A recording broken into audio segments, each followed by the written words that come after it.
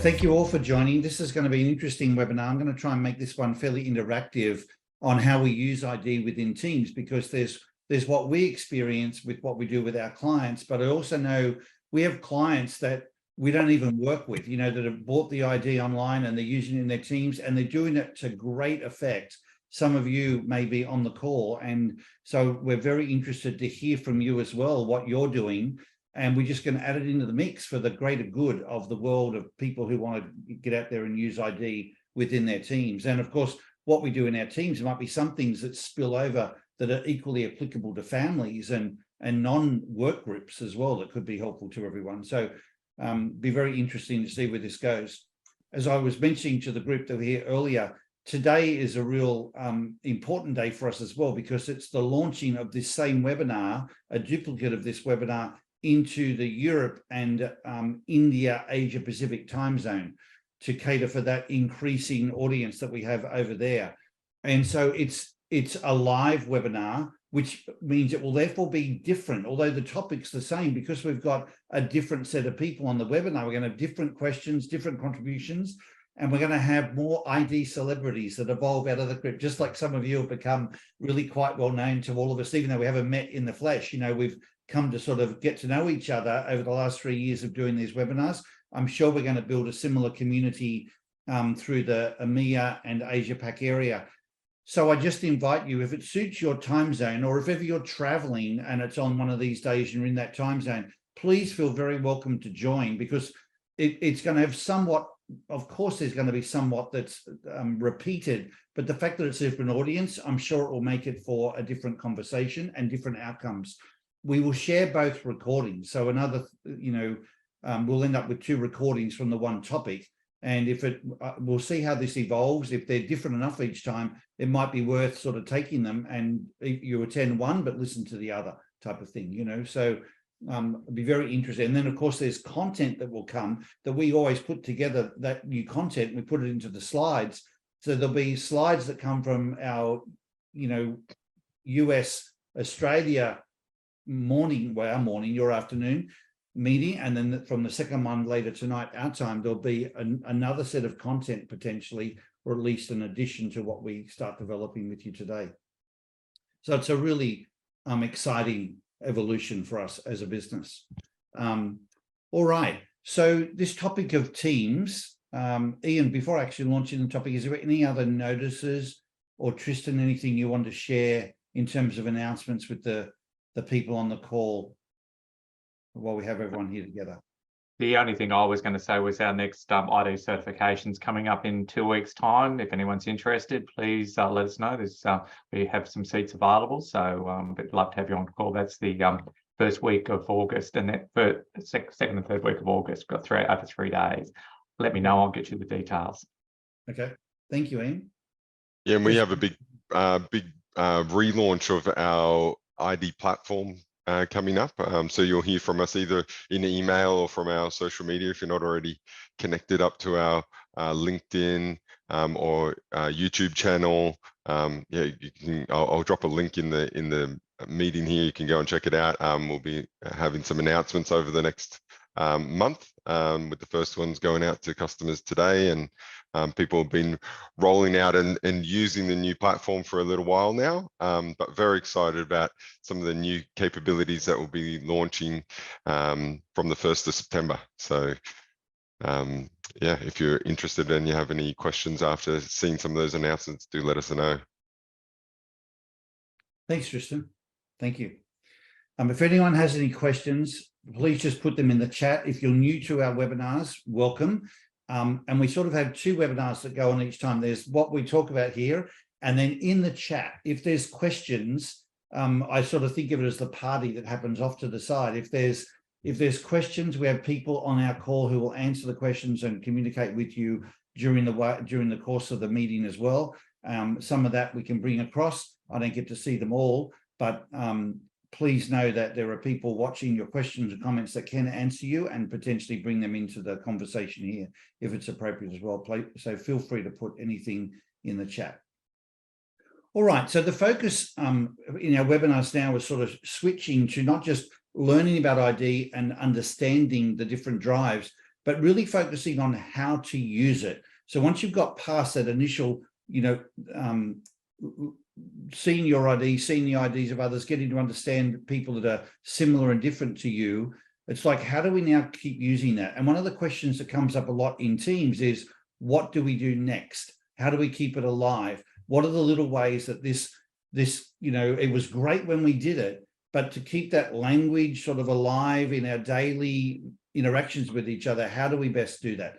And that's what we're going to dig into today. So I'm going to share with you some really simple ways that you can keep it alive.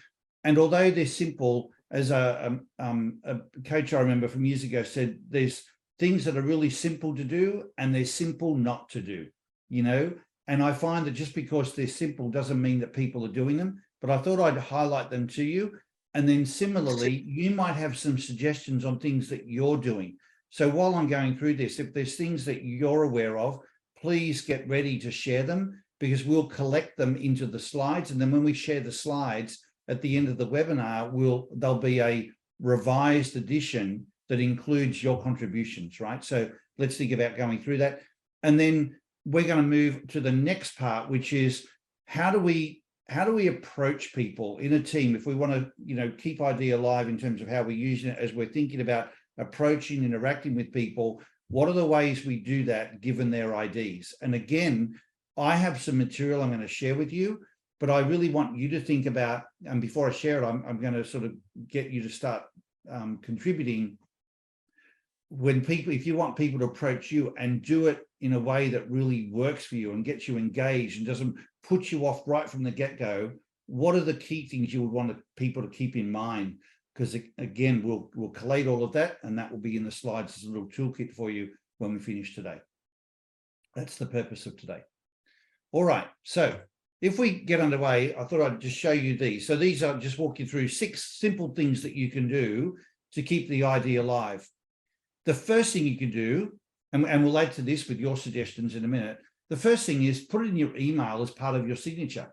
And whether it's in your email or whether it's in your Zoom check-in, you can see a number of us have got our ID in our name up here, which you just right-click on your name, and it gives you the option to rebrand yourself. When you put your ID in, I think those of you who are getting familiar with the language know that when someone comments, you hear it differently, because you go, oh, they're talking as a completer, or that's because they're a verifier. There's so many times where people ask a question in these webinars and someone on the call goes, but what's your ID? Because depending on your ID, that question has a different connotation about it. And if we understand your ID, we hear it differently. So just announcing your ID, whether it's in a Zoom or WebEx meeting or whatever collaboration mechanism you use for meetings, but if you can somehow have your ID in your name, it really does help people keep thinking about not just your ID, but even their own ID and how they present. The signature it's pretty much standard practice within our organization that when we communicate, most people have it on their IDs so that it's, just keeping it alive in people's thinking as part of the language. We have a number of clients that have then embraced that as well. It's an easy thing to do. You don't have to think about it. It's automatically there. This PPI stands for Peak Performance Indicator, the Pulse Check-in. So that's for those of you who might be new. It's just this little graph. You might have seen it. I'm not going to go into it in detail right now, but essentially it's a little process that we have for checking in with each other on a team, the degree to which you're in or out of stride. This green arrow here is saying if we're traveling along on our true north, this is us in stride. On a scale of 0 to 10, if 10 is that you're on that green arrow, totally in the zone, you're like thriving with what you're doing. And a 1 out of 10 is you're being pulled way off track to the right or to the left. What's your number? That check-in, I know at info blocks, I'm looking at you, Brenda, because I know you've seen this a lot in the time that it's been used there, but it's a really common mechanism used frequently. I know their previous CEO, Jesper Anderson, used to do this at least monthly with his team, and he found it incredibly valuable to just have a pulse on where are we all at. Just because we know about ID, just because we know each other's IDs, doesn't mean that we automatically show up in stride, or that we don't have pressures on us right now pulling us out of stride. And it would be good to just know, how are you doing? You know, are you in stride, out of stride? Is there something you want to communicate around that? We have clients like at Cisco that do a weekly check-in, and this has become part of that now, where some of them are saying, just so you know, I'm probably a 6 out of 10 because I'm really frustrated with this, you know, thing that's going on. Or I had an awesome week last week, or with what I've got coming up this week, I'm a 9 out of 10 because I'm doing something I love that I'm really good at. I'm using my strengths. I feel in stride. And that type of language is becoming really common. And it's so, what's the word, energizing for two people, the leader and the subordinate, to talk this way, to know that either you're really in stride, like how good is that, or you're not in stride, but you feel safe to be able to say it. And of course, I want to help you get in stride. So what can I do to help? You know, it's a really great conversation. So that pulse check is a really easy, common mechanism that helps keep the ID alive and is profound in its impact on the team. The ID team chart is just having a map of all of the IDs of your team. I've only put, what you can see here is one organization or one team, but we could do this with all of the direct reports under each of those people. You put like 100 people on a page. Starts to get a little small when you get, you know, too many people, but even just the visual of this map means that you keep it alive. It's in front of mind. Part of it is just keeping it front of mind. And then the last two here is get in stride. Like when you think about what you do to get in stride, the things that pull you out of stride, what you did to get back in stride, it happens to us every day. But are we capturing it, and are we sharing that story? Because whether you share it as a leader, or whether you share it as a peer and a colleague, it is something about sharing your truth of what connects with you, what works for you. It actually engages other people. I find it a conversation that not only is of interest to others, it's provocative. It makes people think, and it helps keep the idea alive. I'd encourage you to think about doing your, having your family members do their ID, because when you share things that are going on at a more personal level, it brings a level of vulnerability within the authenticity of what you're sharing that, again, really connects you with people. I have a saying that vulnerability builds rapport. And in this age of working from home or hybrid workplaces, staying connected is one of the big challenges that many people face. So it's not just about how often do we meet, it's what do we talk about when we're meeting. And when people feel there's more of a human connection, there's more vulnerability, more authenticity by you sharing something that's about you, either your family or about what you do to stay in stride, get back in stride, or something that pulled you out of stride, but sharing your story. And I would just say to you, it's a great thing to say to yourself as you start today, what's the story I'm going to share today? What's the story that's happening for me this week that I want to share? Good leaders share stories, and storytelling, in my mind, is one of the most underrated functions of good leadership. So think about your story. And then on our platform, there are a whole series of collaboration tips or insights about your ID and about the people that you're collaborating with that you can learn about. And you might just even grab one piece from, I've got here, Alona, this happens to be yours that I saw when I looked at it earlier. And you could grab one bullet point from here, I'm at my best when, or if you're going to collaborate with me, keep this in mind. You could put that under your email signature and change it every week as a little reminder, or you might put it as the top line of your email, just before you put in the, hi, Aaron, how are you going? You would just have something as a little line across the top that reminds people that if you want to work with me, this is what keeps me at my best. Because when you do that, it's not just they read it for you, they actually hear it for themselves. They go, oh, what would mine be? And then they'll go and look. And so these are just simple little things. The toolkits are already there, and you can use them to help keep the ID alive. All right, I'm going to stop there for a second and just take any questions that you have about what I've shared first. And then I'm going to open it up for you to share some of the things that maybe you do to keep it alive on a daily basis for yourself or for, amongst your team. So first of all, any questions about any of the content I've shared so far?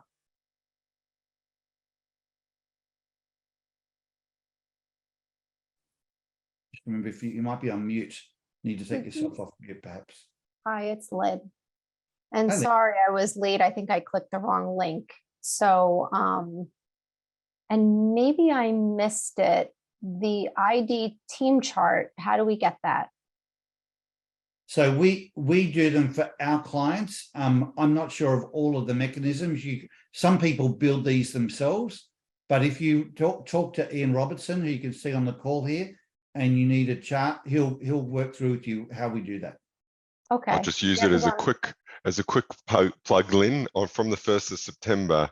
You'll be able to log on to the new platform and create a team of anyone in your team, add and remove people from that team, and get some strategies around the culture of that team, looking at the culture of that team, understanding how they make up some watch out fors as well as engagement strategies. So this will come to life, not just on a team chart, just as you see here that we use in many of our consulting engagements, but also as an interactive tool for you guys to use as well. So that's coming. That's great. Okay. Yeah. So I I guess didn't tee that up, by the way, with anyone. Yeah, and I guess because I'm having my team do this now, so they're going to each do their own instinctive drive survey. So I'm guessing then that'll kind of work perfectly in the future. I can get this, either make it myself or get it through you guys. Thank you. Absolutely, yeah. We can tee up offline and I can show you that as well. You know, Okay. the power of this is the visual side of it. It's not just the intelligence or the content. Like when well, back in the old days when people walked into offices and were working with each other, you saw it up on a wall or on a screen and people went, oh, so you use ID, or that's right, the ID, I forgot about that. And this is all part of keeping it alive. So we just need to think, if we're going to do it now working virtually, you could put it up behind you, or you could have it on a slide or something that you just have ready. You might have it pinned on your own screen so that you've got it there regularly front of mind, but the visual of it is the power here. We had like years ago, I did like some other, it wasn't instinctive drives, it was something else, but we had like, color codes with the different quadrants. And when we were in the office, we actually had them printed to connect to our ID tags, to go throughout the office. And it was pretty cool too, because you could just see someone's colors. It was like, to the point of being visual, it was really cool. Yeah. Yeah.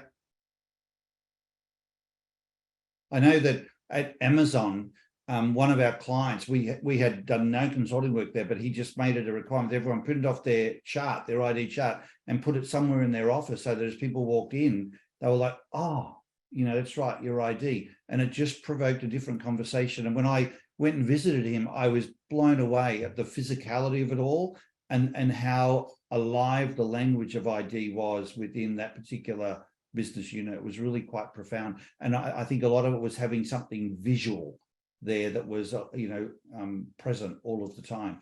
So it's one of the neatest things I think you could do. Tina's got a hand up, Paul, just before you move on. Tina, thank you. Yeah, so I'm just a team member. I'm not a management anything. And this is very interesting to me because I've never heard of this before. This last year when we took the test and found out our IDs and everything, my work is so involved, and it's like, I don't know if this is something more for management or if I should be knowing everything about everyone on my team. Our team seems to connect well. You don't have a trouble when you go to find out something, if you need information. But I do see the value in, because you have brought this to my attention, I see the value in knowing how people see things differently, which I Well- didn't realize before. I did not realize that before. I was saying things to someone and then wondering why they didn't understand the way I meant it to be. You know, why am I getting a different answer, whatever. So I understand the value. I just don't understand how I have the time to know this about everyone. Well, it doesn't really take time. It takes more, I think, just focus. And, you know, you raise a really good point, Tina, which is, you know, you may well have a really good team dynamic already. It's not always that we get used when, you know, teams are broken or they're forming and people don't know each other. But even in a team where there's really good collaboration already, it doesn't mean that people are at their best. It means they might enjoy each other and they might be, you know, doing well. But any team that's striving, and any team that's thriving is generally one that's striving. And when you strive, there are inevitable friction points that occur. It would be, you know, there might be a lot of still untapped potential if you talked about it. And even though you're not the manager per se, if you took the time to learn about their IDs and then had a way of keeping that front of mind, just the influence and the example that you might set in the team might be really, you know, encouraging for others to follow suit. And then you watch what happens in the team dynamic. It could be quite profound. Yeah, I need to pay more attention to this. I think it's valuable. Okay, thank you. Hey, Thank Paul, you. can I give Thank you. Tina a tip? Tina, here's a little thing to get it, make it less daunting. Don't try to figure out everybody else ahead of time, but after you've had a chat with someone or something's occurred and it didn't go as well as you'd liked it, then have a look at their ID and go, I wonder how they heard me. I wonder what I did. And you can back engineer, you go, oh, I should have said that. And just do one person at a time. Don't take the whole group on at once. And then you'll start hearing their language and then you'll get it to, you know, being able to use it in the moment. But don't set yourself up for failure too hard, right? Just Right. go. And it's something as simple as like time zones, right? I'm thinking, I'm saying something, oh, you need to, it's ahead of time. And they're thinking, no, it's the back time, you know, and I don't even realize it until after we've had the conversation. I'm like, oh my gosh, what was I saying wrong? You know, or how was I interpreting it different? It's amazing. It's like I just have to step back and go, oh my goodness, yeah. Thank you. Thanks, Tina. Anybody Sure. else?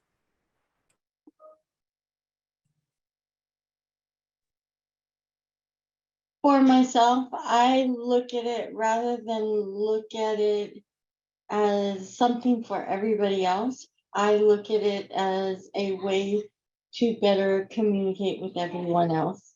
It's on you. If I can become a better communicator, build trust quicker, faster, then yay. Because all the misunderstandings, you spend more time chasing it. That's wasted time and energy. So if you can collaborate quickly, build trust, yay. I call it a decoder ring. So Paul has given us a decoder ring, yay. I appreciate it.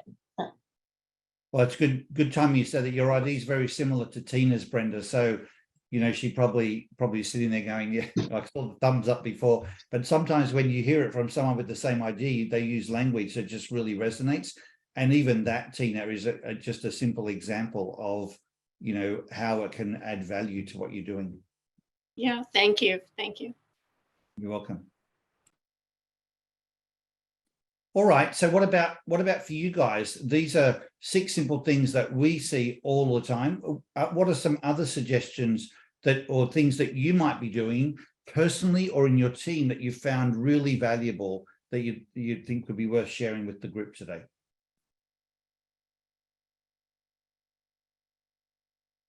Just remember, you might be on mute. You might have to either put your hand up or take yourself off mute, so we know that you want to share something. Brenda.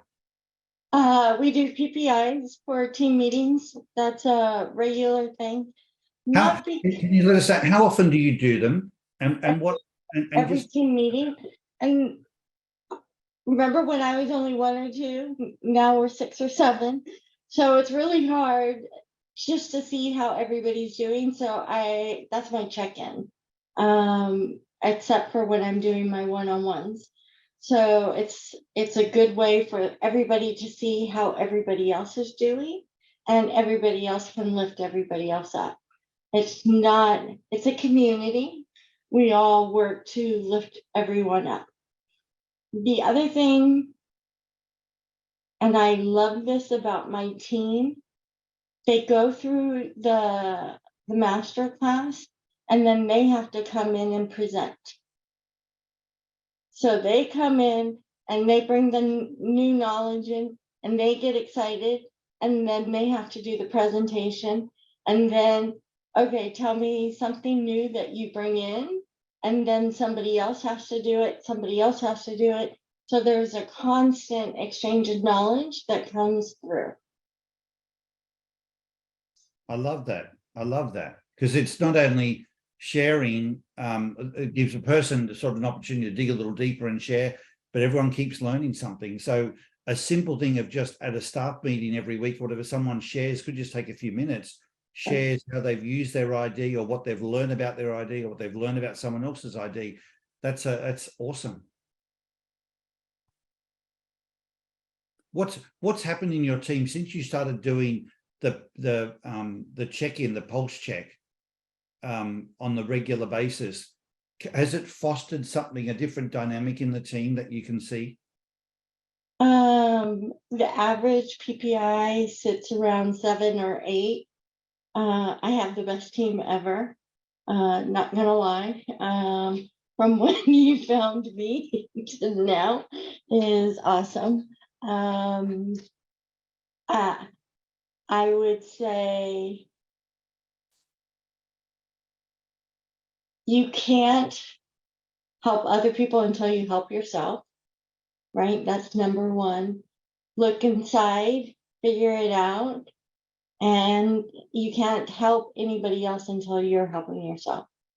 Well, that's why we always start with first get in stride. You know, it always starts from there. Show up. Well, you can't have a high performance team with everyone out of stride, you know, but it's interesting. You said your scores sit in the 7s and 8s.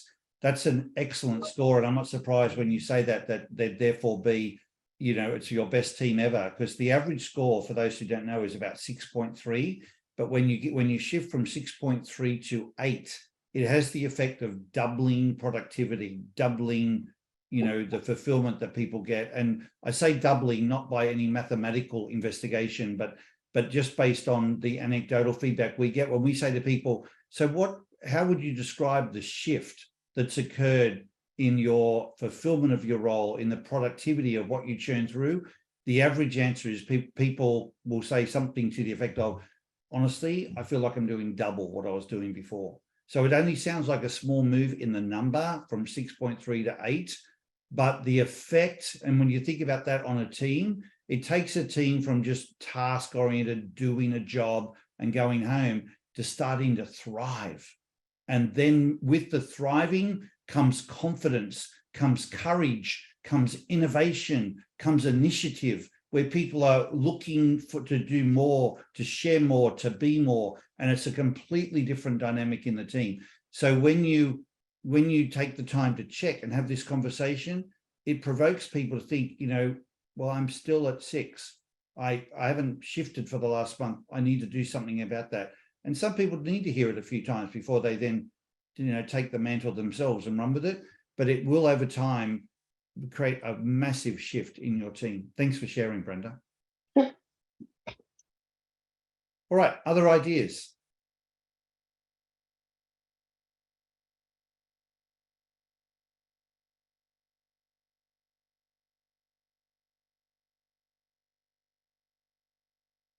Just a quick question. So is that, Brenda, kind of like the language you use when you say, like, that people can reflect if they feel that they're at peak performance, they kind of use those numbers? Yeah, so I am a director for a tech company. I manage global benefits. In all transparency, sometimes our days are just shit. We deal with cancer, we deal with all the ugly bits, right? So sometimes we want to just shut the door, not take any calls, but that's our jobs, right? So most of the time we can pick each other up and do things. Sometimes when people are going through things, they're not the nicest. And so we get a lot of the ucky behavior from the employee. So depending on where we're at that day, we can say, hey, what's going on? And if somebody says, hey, I'm at a 6 today, oh, is it personal? Is it work? Or is there something that one of us can help you with? And usually it's a safe, I call it, this is Las Vegas land, right? Here's your safe space. It will not go to management. This is our cone of silence. How can we help you? If it's just a verbally throw up. If you want to go one-on-one, I'll take that meeting off to the side. Or how can we help you get out of this? Or do you need a day off? That's okay too, right? Take a mental health day. What is it that we can help shift? I call it stinking thinking. And when I start going 3 days of stinking thinking, it's like, I got to figure this out because that's not healthy, right? Yep. No, I like that. And I think, like, I just saw Erin's comment too, which I think is where I'm at, getting the info on the PPI score, because I was looking at my report. So it's not just to be clear, it's not a score that we provide for you. This is Right. that you arbitrarily give yourself. If I just said to you, Lynn, so when you think about how your day is going today, if a 10 out of 10 is you being really in stride and a 1 out of 10 is way out of stride, what score would you give yourself right now? Got you. It's your perception of yourself, right? I think I was getting confused because of that little chart where you have like the PPI. Right. Now that's just to explain it all.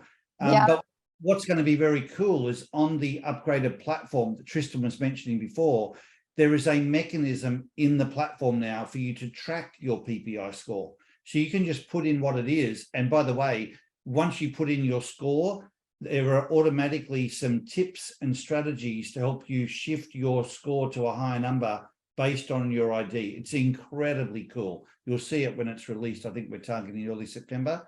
Some of you I know have earlier access as part of the beta testing, but around 1 September is when it's all going to be launched. But you will see on there, you can track it. So Tristan, I don't know, can you see other people's PPI scores on your team, or is it just a personal thing that we have? Not yet. Not yet. So It's a the point is future feature.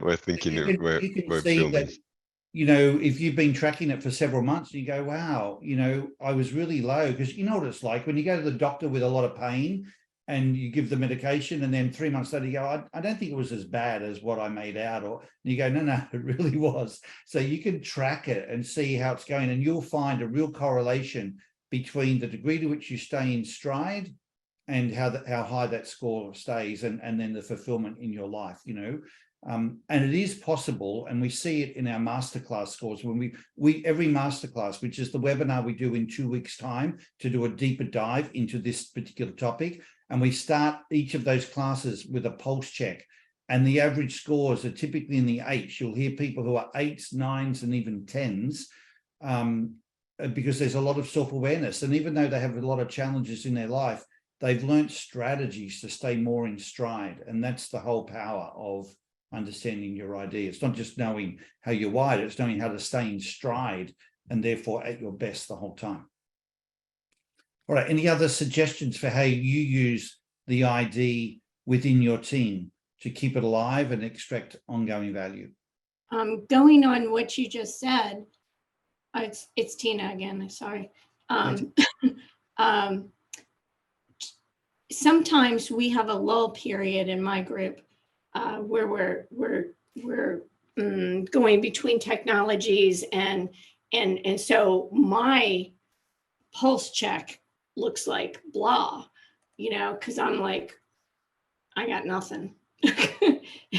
and it's not that I'm not engaged in whatever, I'm just not, nothing's happening right this second, you know. So I don't know if that's making management nervous, or you know, that they know that there's just a little bit of lull there.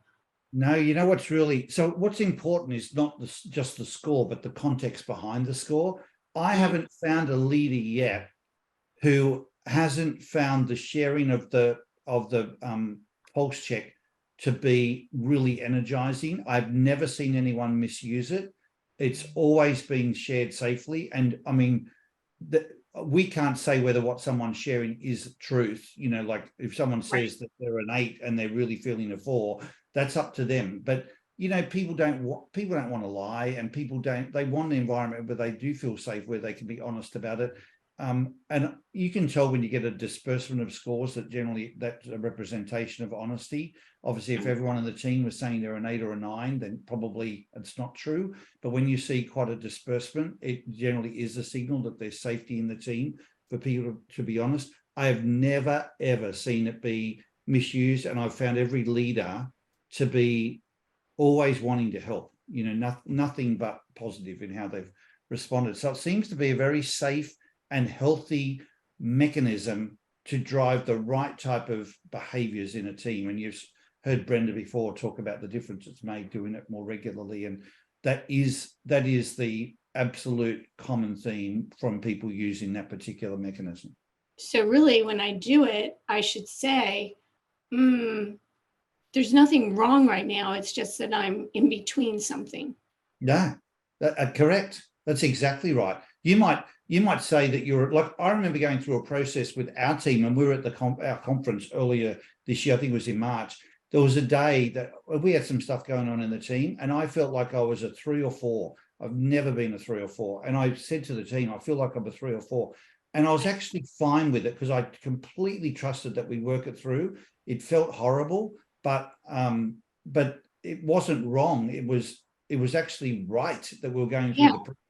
It's just blah. Right? It's just blah at the time. It's like, yeah, going between things is nothing. And how cool that you can share that. I think it's and that other people know and can maybe give you a little bit of space to just work it through. You know, I think it's a very cool conversation. Because usually what I've been doing is just not commenting. It's like you just go, meh. So that's what happens though when people are out of stride. Instead of when you're in stride, you speak your truth and you feel more confident to be courageous to share it. When people are out of stride, like what you're saying, the natural tendency is to want to hide and to shrink and to not share. And so having a mechanism that provokes it is actually not only healthy in the team, but it's sort of key to turning things around. I had a client one time who shared that they were a 2, and he was like, you know what, I've just sharing that has just made me realize I don't want to stay here. I want to make the change, you know, and it didn't mean leaving the role. It meant doing something about it because he'd just been a bit complacent about it. And he didn't realize how far it dragged him down until he shared what his number was. And he went, wow, I didn't realize until I said that how down that's really made me. I'm going to take action now. And it was really healthy. In my case, it would be just waiting for the next thing, you know. So it's not like a horrible thing for the company or for our work. It's just in between. Yeah. Right. Yeah. Cool. I think that would be valuable for the management to know instead of just seeing blah. Correct. And in your, you know, I know you're with Cisco, so they use the weekly team check-ins, and assuming that with your teams. I mean, there's a mechanism that already exists, and then within that sharing, you can share what your pulse score is. It becomes part of the language in the team. You can just say, just so you know, my PPI score today is, or for this week or whatever, is a 6. It's all good. I'm in between, but here's what's, and people then know what you're referring to. Yeah, that's what I should do. I should do that instead of just saying blah. There you go. There you go. I think though it's important to sort of be open to the either the challenge or the learning or whatever. Is there something ongoing that could help with the blah, could head off the blah or make you more able to feel comfortable in the blah, turn the blah into something positive. So again, when I think about using my ID every day, it's like, well, what can I do to shift those situations that lower my energy or de-energize or frustrate the hell out of me or whatever. I sort of try and set myself a little challenge to get through the same situation in a more positive place than before. Thanks, can I Krista. piggyback on that, Krista? That's what I was trying to say. Tina, your blah is a great little signal for you, as far as I'm concerned. When look at your score, 6572. You like things to have some pattern to them, and you know that what's going to happen next, and be prepared for them. And you're going to get thrown stuff all the time that's going to knock that around, right? So what the idea is, the PPI score is like, hang on, I've got that blah feeling. What's missing for me right now that I could put myself back in control? What's missing that I could put some order to some of these things or get some security to some issue? How can I reset myself? And the sort of blah feeling is just an early warning signal for you to go, time to reset. There's nothing really wrong. You just need to do a little reset. Does that make any sense?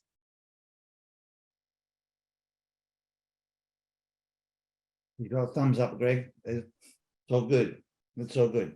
All right. Does anyone else have something they wanted to share around how you use it within your team?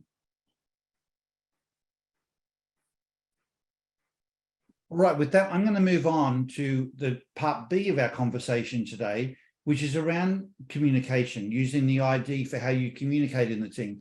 Now, we have a whole bunch of collateral around communication strategies, communication strengths, communication vulnerabilities, how to collaborate with each other. Some of it's online, some of it's in the deck that I'm going to be sending you, we'll say online on our platform. Some of it's going to be in the deck that I'm sending you after our webinar today. But first, before those strategies, is just how to approach people. Like, rather than thinking of 5 or 6 different things you've got to keep in mind for different IDs, there's just like, but how do you make the approach? And then once you're in the door and you're going to have a conversation, there's things to keep in mind about communication strategies.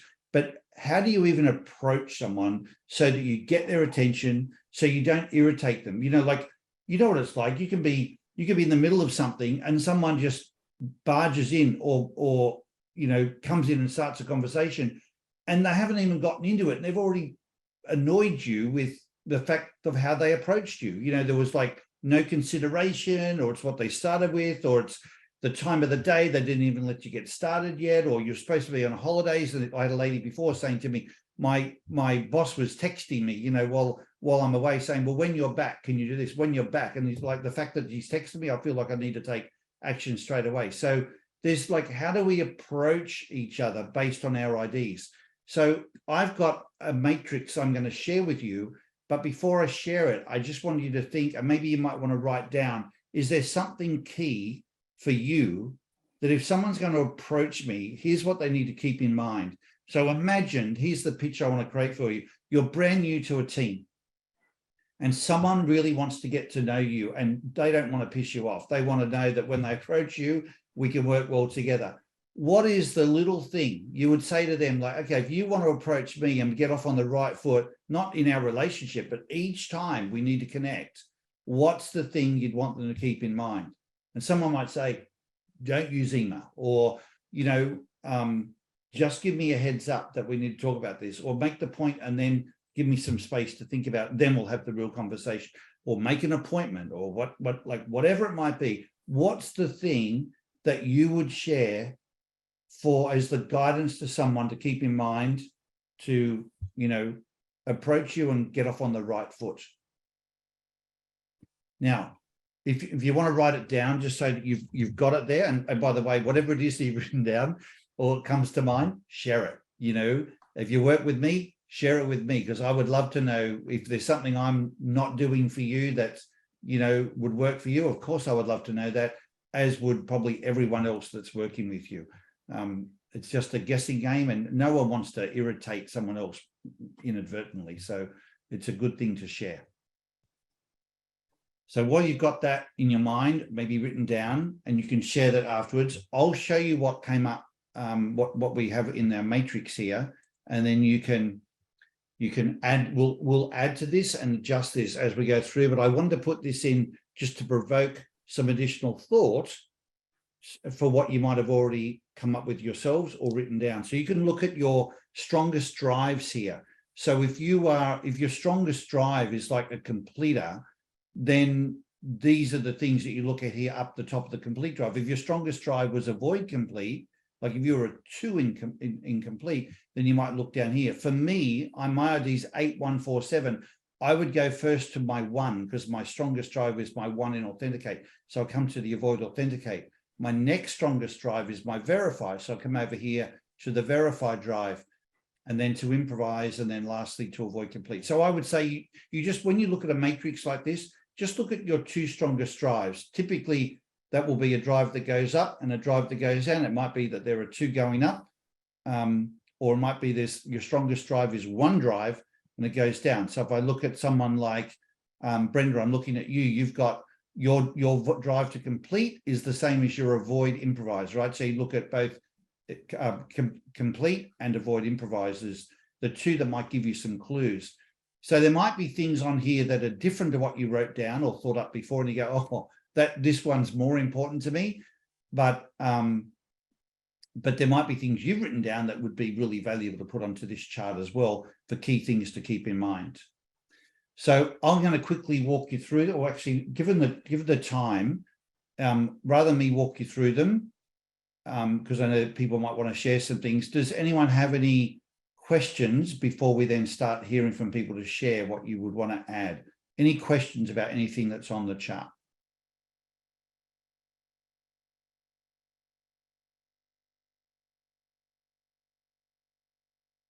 All right, Paul, just one question. What we're writing here is what I would say to other people, or what I try to do for them. I'm not quite sure who's the driver. It would be the guidance, Greg, you would give to someone else who wants to connect. If I want to connect with you and you're a strong authenticator, I'm saying do it face to face. You know, I wouldn't tell them get face to face with me. They would read this and go, "Oh, I got to get face to face." Face to face with Greg. I would say that don't couch anything with Greg. Be direct, specific, and make it personal. Like tell him what you want him to. Don't do that. Everyone else says, everyone else thinks. Like, but he'll be thinking, what about, is this for me? And obviously, no filters means just be really. Well, at the top of the list would be for me, have a reason to see me, make that I can be useful. Don't come if I can't do anything. That'll be right at the top. Okay. So that's really cool. So be clear on the ask. Yeah. Okay. Need me to help you. Okay. Then you got me. Right. Okay. That's good. That's good. Thank you.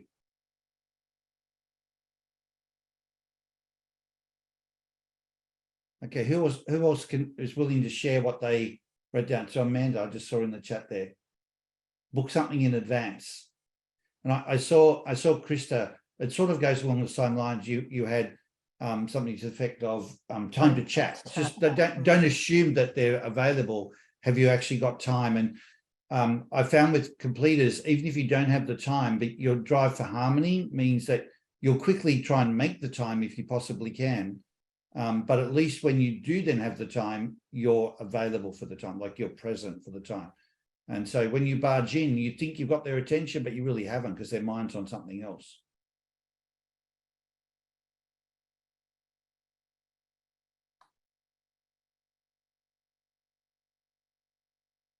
Who else?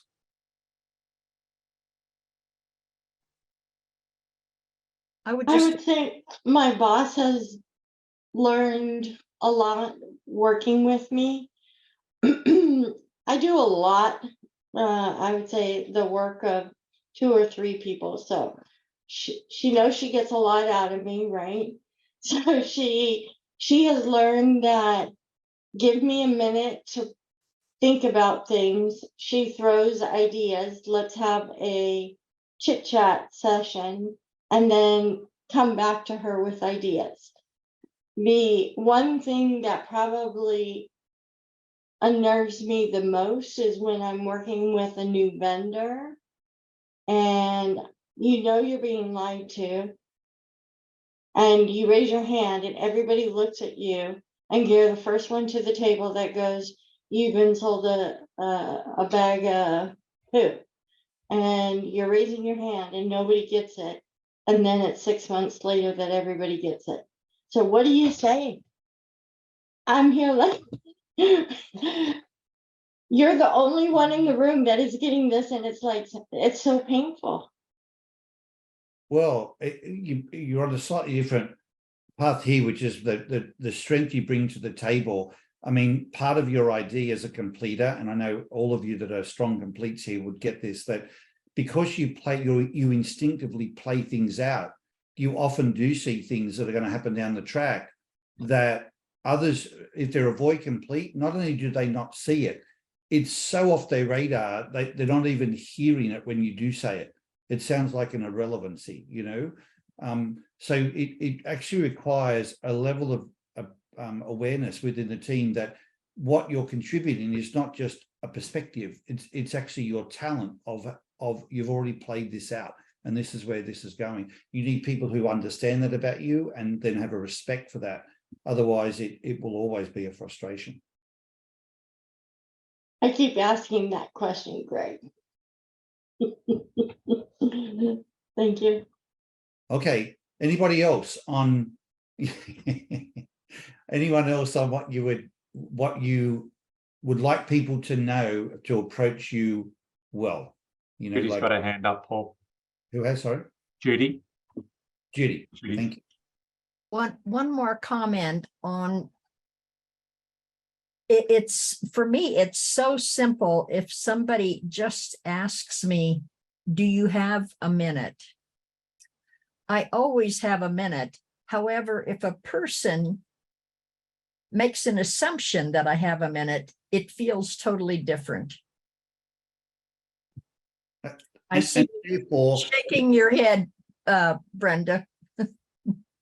No, but and this is the point, that even though you know you are available, the way to approach you, given your ID, to get you to engage, it's so important, because when people just say to you, do you have a minute, as opposed to barging in, who you are on the other side of that is a totally different person. And not only in terms of how you engage, but what you hear, how you respond, you know, it really changes things. So I think we have a bunch of communication strategies. They are in this deck. I will be sending them out to you, but therefore that's like how you communicate once you get into the communication, you know, things to keep in mind when you're communicating to people. But then there's just how you even open the door. So on the other side of the door, the person is in a healthy, you know, space to continue engaging with you. It's really, they're just simple little things. Like, for example, if you're a strong improviser and someone stands at the door, but they look really negative, or their tone of voice is like, oh, you know, I've got this problem to deal with. Like, just the energy of that, for someone who likes and needs positive energy, that is so boring and deflating compared to someone who comes in with the problem, but they sound really excited somehow, you know. And that positive energy, you've got the same problem to deal with, but it lands differently in terms of how you react because there's positive energy about it.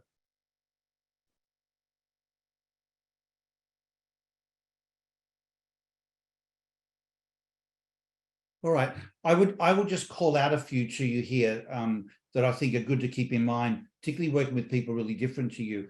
So with an avoid verify person, you know, this sense of judgment that they feel just by even raising an issue, that what's really important is this, and I've been playing with this the last week or so, this feeling that we're all in it together. They can still be their issue, but they want to feel like we're all in it together. You know, it's not something that's been they're wrong, or that they're segregated in some way. That's like, we're in this together. That, I think it's good to have that mindset when you're approaching an avoid verifier. Like if you go to the table with that sense of, well, there's an issue here to work through, but we're all in this together, it changes the way you show up to that person and therefore how they respond. And I'm, as a verifier myself, it's been something I've been keeping in mind, and it's actually changed. I've found it changing the language or the whole style of my approach when I go in with that particular phrase in my mind. I think that's one really worth calling out. I don't know if there are others here that anyone particularly resonated with that you want to comment on.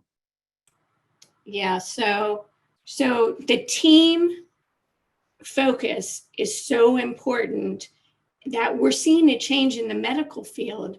Actually, they're a team approach instead of just the one doctor or whatever. In my group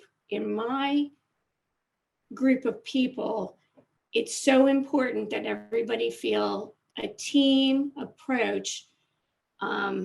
Nobody's concerned about, oh, I'm going to lose my job if I ask a question. Oh my gosh, I'm such a person who just asks the question, and I'm not trying to set the world on fire. I just want to get the job done.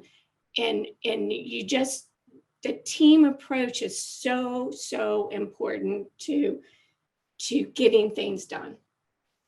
And you'll find as a completer, you know, Tina, that the sense of team, of everyone fitting together and doing it together, the operative word being together, is Right. such an important part of the team.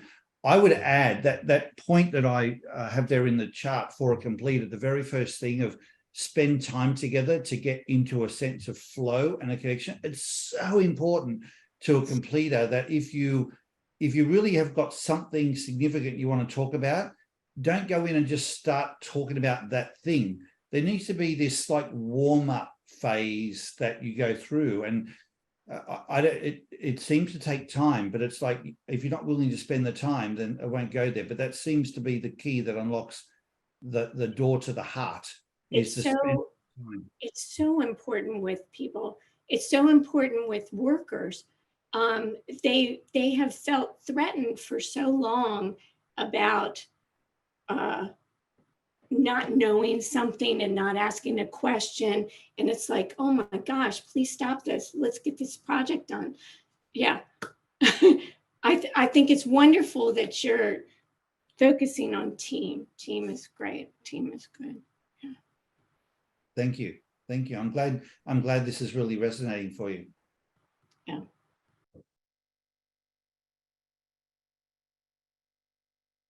All right. Anybody else?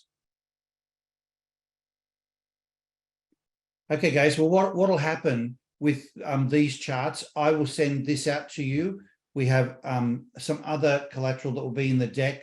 So feel free to go through it and then print off the parts that you, or the slides that you feel would be really valuable for you, that would make a difference, to have them in front, front of mind, pin them up around you. And just the visual will help you keep all of this alive in not only how you use it with the team, but it will provoke you to just be, an ambassador of what operating your life in stride looks like to others. And that, honestly, is the best difference you can make in the world. Just showing up on your game each and every day. It's exciting for people. It's energizing, and it makes them want some of what you're having. And that's a great way to influence people in your life. So thank you for being here today. Thank you for contributing. And we look forward to seeing you at our next webinar. The next class is the ID Masterclass, and we'll dig into this topic a little more deeply, particularly how you start using the combinations of the different drives together. Thanks, everybody. Have a great day.